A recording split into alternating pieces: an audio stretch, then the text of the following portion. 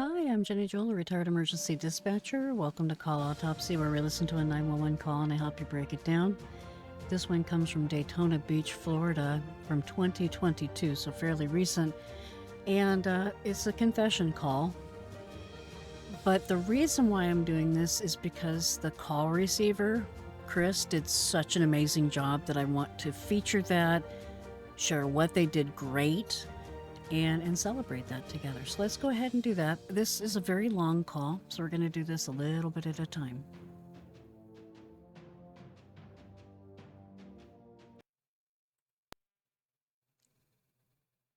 "911, where's your emergency?" All right, so their answer up would be 911, where is your emergency, which is the where of the golden three. Keep in mind, you do always need these golden three. You need the where, the what, and the who.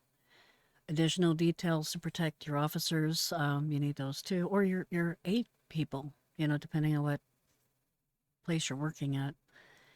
But yeah, really, really clear answer up.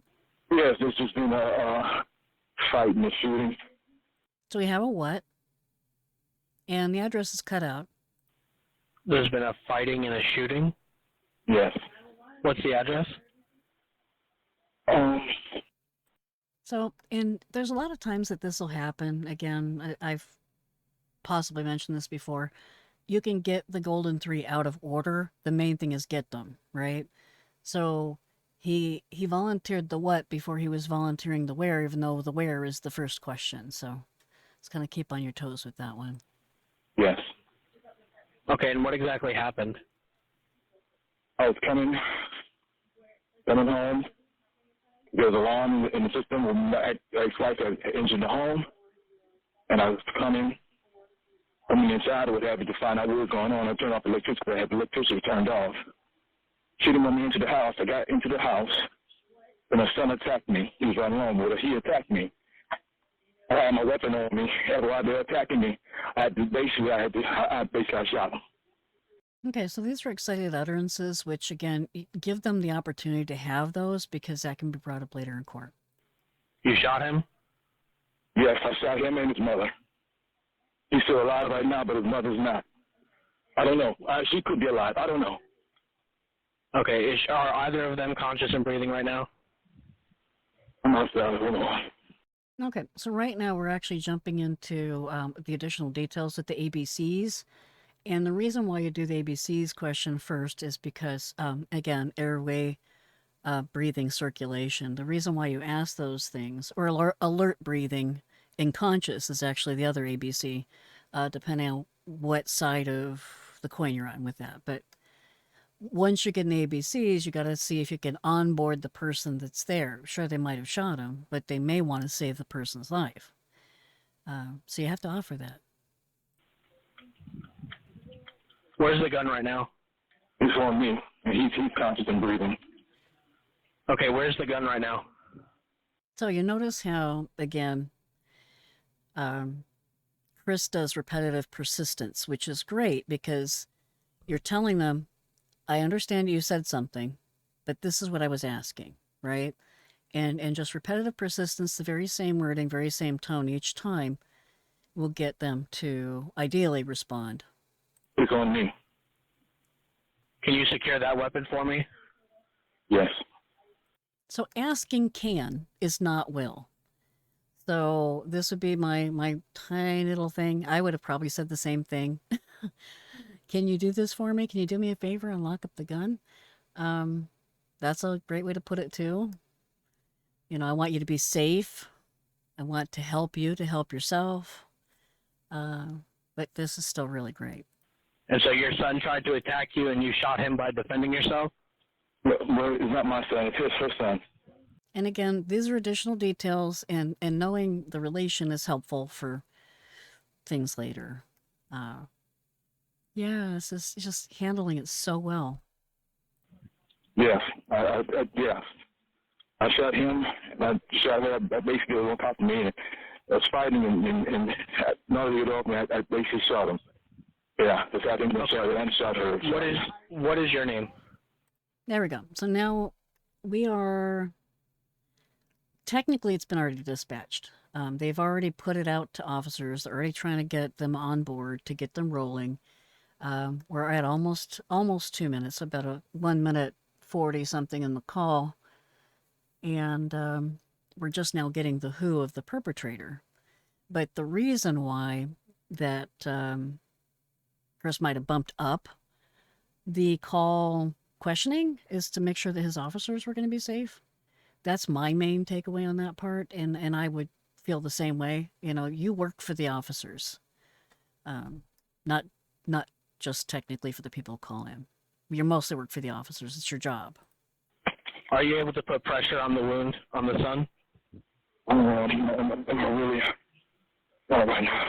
Okay, if you don't want to do that, then I need you to set that gun down, and I need you to meet law enforcement outside, okay? There we go. So this is where, you know, again, you gave the opportunity to offer CPR instructions or, you know, first aid instructions, but they have passed. They have decided not to do this. So their decision is no touchy. So the next thing, again, make sure that the scene is secure and have them meet the officers. So really good on the pattern there. Yeah, I'm already outside. I'm Okay. trying to go back, but I'm not sure how to. I want you to go put the gun inside. It's already and then go outside. secured. It's Where already is it secured at? There we go. So saying it's secured doesn't help unless you know where it's at. It's secured in the lockbox. Okay, and you said your address was 1. Yeah, I believe so. Yes. And that's confirmation. So we have them on the road at 2 minutes 15. Your last name. Who's this phone that you're calling me from? Okay. And so again, a little bit out of order with getting, you know, the caller's first, last name, phone number. But this kind of came in hot, and I think that the pattern that they used was appropriate because of the call control. Just high level of call control. It's the other one. It's another my phone as well. I don't know the number. I just got this phone. Okay. Where are you out on the property right now? I'm in. I'm trying to think. I'm in the car. I'm in the car. What kind of car are you? Deep breath for me, okay? There we go. So this is one thing. If you're going to go in the field with this type of job, being intuitive, be able to understand like the pattern, the breathing pattern speeding up, or there's a tightening of their voice.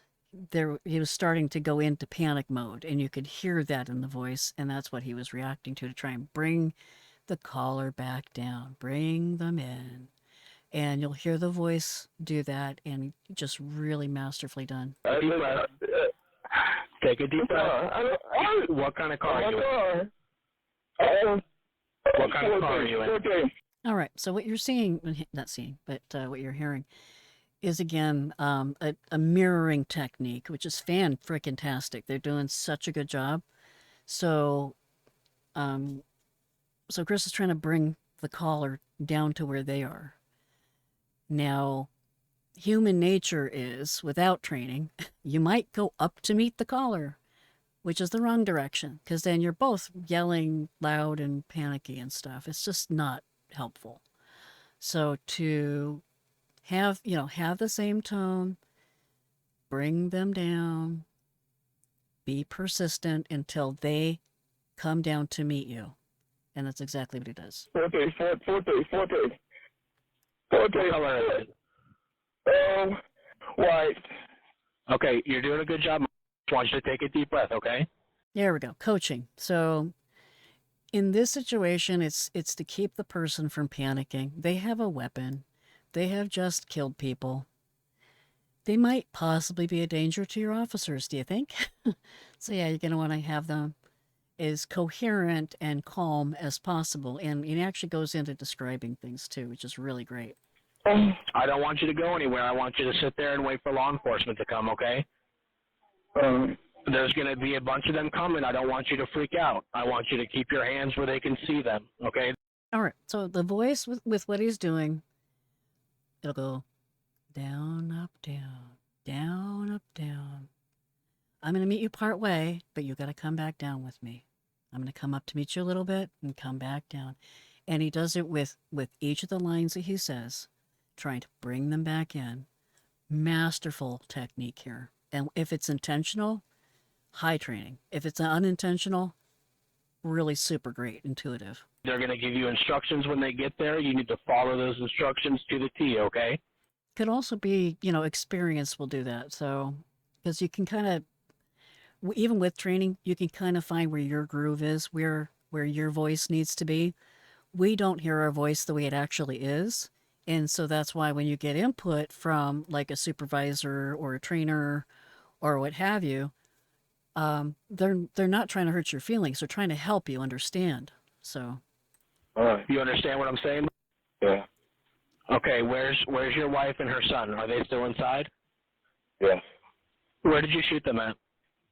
okay, so this is a question that I'm glad that the person understood. Um, there's where did you shoot them at? Can turn into the living room, the bathroom, not where did the bullet hit the person, right? You're kind of wanting to know where did the bullet go? Where did it go on their person? But when you say where were they shot, they kind of ask for location. So it's kind of a wording thing, and maybe it's environmental. So I don't know if Florida just has a different way of speaking. I don't know. You're not going to try to go anywhere, correct? Yeah, I don't know. Okay. All right. So he's got an approach coming. You can hear the anxiety in the dispatcher's, the call receiver's voice. So he's going tandem with his dispatcher. I'm here. I'm here. Where's the lockbox at? The lockbox in the car. Can you throw the lockbox out of the car? All right. So now we have the gun location because the guy was dodging that question for a while there. He said it was in a lockbox, but he didn't say what lockbox was. He would refuse to say that. Now we know that the lockbox is in the car, meaning the car that he's in still has the gun in it. Let me know where you're putting that lockbox. Yeah. Where's that lockbox? Right here. Right here. All right. So you notice how when he went into that voice with to bring him back in, once he had him back in, he's now using an authoritative voice, the voice of authority, right? And it's you're directing what the person is to do. It's not a question. You are letting them know that this is your expectation, and for the most part, they do comply.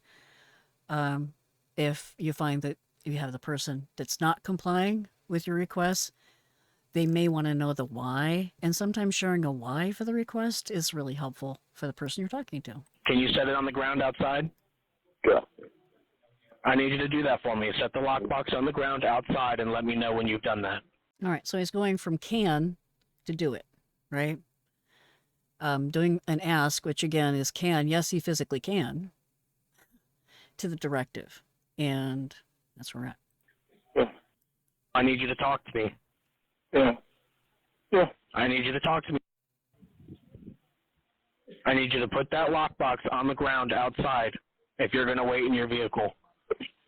I don't want that weapon anywhere near you when law enforcement gets there. There you go. See, just a really good use of the directive tone.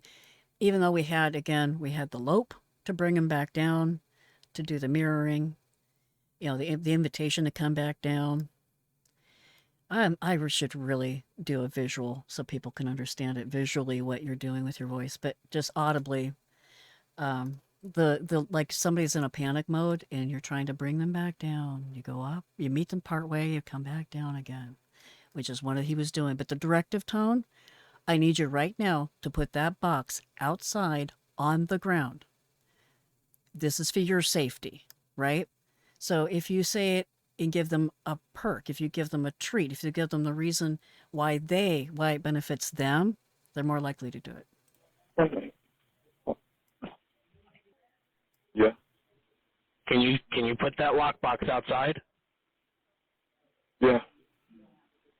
Okay, do that for me right now and let me know when it's done. There we go. So they went from ask to directive again. Yeah. Yeah. Yeah. I don't hear anything moving. I did it. So he's essentially saying, I think you're lying to me. And people get really sensitive about that tone. If he did not do it, he would probably get defensive. I did it. I did it. I did it. The lockbox is outside on the ground now? Yes. Okay, and you're still inside the car, correct? Yeah, I'm inside. I'm inside. Do you have any other weapons with you in the car? And that's, again, additional details for officer safety. You have to ask. No. No. Where did you shoot them at? I don't know. I was trying to get him off, man. I shot him. I don't know. I don't know. I don't know. I don't know. I don't know. I don't know. I don't know. Okay, all right. All right, so he's starting to go into a panic and grieve, right? A grieving panic. Anything that's life-changing will do that. But you notice how now Chris is trying to bring him back in because this guy's jumping off the end there. Take a deep breath. I don't know, man. Just take a deep breath. No. All right, you notice he's doing the approach. So he's going low, meeting him a little bit, going low to highish and back down again. I want you to come from where I'm meeting you back down here. Take a deep breath, okay? Yes, she was dabbing me, trying to hold me, get him, and while he's trying to hit me and trying to Okay. hit me. What's important right now is that you do your best to stay calm, okay? What's done is done. You can't change that. There you go. So, really, really great expectations, and it's reality. You're being honest with the person. You're letting them know this is the situation we're in. We need to work inside this box together. But what you can change is how we move forward from here, okay? I need you to take a deep breath and stay calm. There we go. So another lope where it goes low to mid, inviting them in, and then back down again. You hear? Yeah. Where's your hands at right now? No, sorry. Can you keep them on the top of the steering wheel for me? There's going to be several officers coming. I don't want you to give them any reason to think you may have another weapon. There you go. Tell them what is in it for them for this behavior. How does this behavior benefit them? Okay. Keep your hands where they can see them. And that was a general directive, but that's still a directive. Keep your hands where they can see them. Still a directive. You just keep me on the phone, okay? Yeah. How long ago did this happen? Oh, goodness, the kids are inside. There's kids inside? All right, so this is where we're getting into engagement. So we're getting more additional details.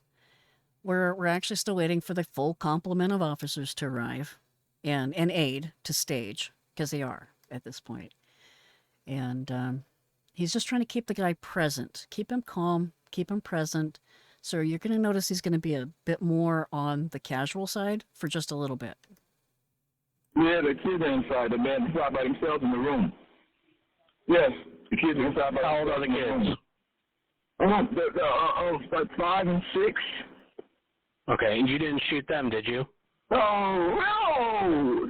All right, so that's a genuine reaction. Like, how can you possibly? So that was like if the person was being accused of lying and went over the edge with that part, yeah. But in this case, it's like, no, I wouldn't kill children. I just killed a teenager and mom. So I can see where the revulsion would be, but there's now 2 children in play that they didn't know about before, which can be, minors in danger at this point.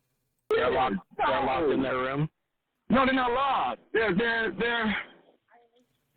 the room. Doors open. Do you want me to go back inside? No, I want you to stay in the car. Okay, all right. And perfect directive tone on that.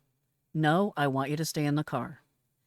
So if you've ever had like a call receiver or a dispatcher in your family, and you when your family talks about the dispatcher tone, yeah, it's a thing. Stay in the car until an officer there tells you otherwise. Yeah. You're still in the car, right? Yeah. Okay, just keep me on the phone, okay? All right, so now he knows he has the guy in compliance. So he's complying, which is great, and now he's got to keep him not just complying, but present. What are the kids' names inside? And um and oh my goodness, and and yes. Okay. No, blood pressure. You blood pressure. Max, I don't want you to do anything right now except sit in that car. There you go. So there was the calm lead into the directive. So really, really good call control. I don't want you to move. I don't want you to get out. I don't want you to do anything but sit in that car and keep your hands on that steering wheel, okay? You hear what I'm saying? Just keep your hands on the steering wheel. Tell me how the fight started. I was coming in the house. The alarm was off, but the alarm went off, and so I came to the house because I turned the electricity off and turned everything off, leaving. And so when the alarm came on and somebody had to do something with the camera were turned around or whatever, and so I came inside the house and see that everything was on, and so ex-wife said my son was here. And so I was going inside, so I turned the lights off, and we had a big about some lights or whatever. And I said no, because the lights are in my name, so I turned it off in case she can get everything in her name. So what's happening here, and I know there's kind of a lot of dialogue here. What's happening here is he's getting the guy to talk. He's typing in his notes. He's trying to get everything all squared away with his call, with his notes, and getting everything in there, getting everything accurate. And then we have these excited utterance going on that are still being added to the call. So it's just a matter of making sure that you're buying the time to organize, you're keeping the guy present, and you're giving an opportunity to get extra information, which will be helpful later.